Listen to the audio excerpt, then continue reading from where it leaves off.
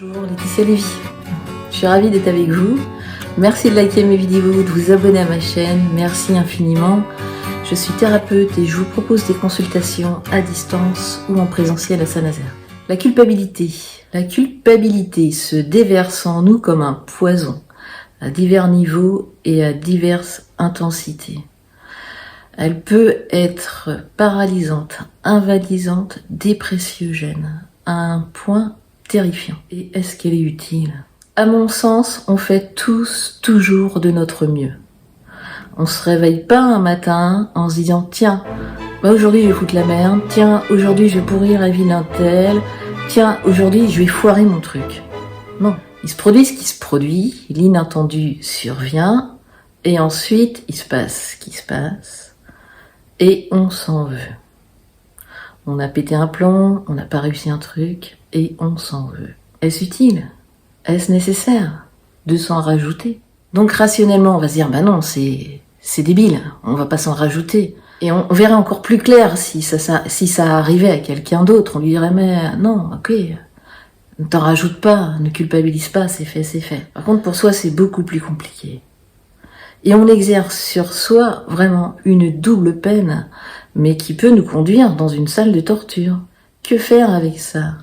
Donc c'est vraiment de voir que c'est la double peine et que ce n'est pas nécessaire et que ça ne contribue pas à notre équilibre intérieur. C'est très important de le conscientiser, de se le répéter.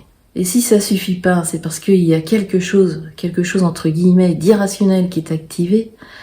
Il y a quelque chose, un sentiment qui nous brasse, qui nous meurtrit, qui nous met une boule au ventre, une boule à la gorge, et qui fait qu'on ressasse et qu'on s'en veut. À ce moment-là, vous pouvez vous dire que c'est votre enfant intérieur qui est activé, que ça vient du fin fond de votre mémoire, du fin fond de votre enfance, du fin fond de ce que vous avez engrammé quand vous étiez petit. Et là, c'est le petit, c'est j'ai mal fait, je suis pas une bonne personne. Et ça va tourner en rond, et ça va se meurtrir. L'idée à ce moment-là, c'est de vous, l'adulte, avec le côté rationnel, c'est de vous tourner vers votre enfant intérieur et de le prendre dans vos bras. Comme vous feriez avec un enfant de 3 ans qui serait « Hey, mon chéri, je suis là. » Et sans arrêt, revenir avec ces éléments, à chaque fois que ça survient, la culpabilité. Côté rationnel, j'ai fait de mon mieux, c'est fait. Si c'était nécessaire, j'ai fait mes excuses, j'ai réparé du mieux que j'ai pu, c'est fait. Et si ça ne suffit pas, parce qu'il y a l'irrationnel, c'est rester avec cet inconfort, de pas chercher secours à l'extérieur pour le calmer. C'est vous, de lui envoyer de la présence comme vous feriez avec un enfant.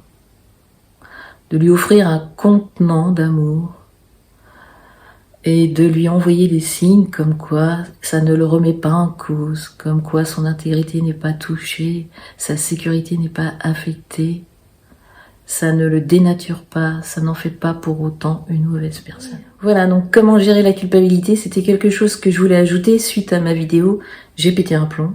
Merci pour votre attention, de tout cœur avec vous. N'hésitez pas à me poser des questions, à me faire des propositions de vidéos. Je reste à votre disposition. Prenez grand soin de vous, vous êtes la personne la plus importante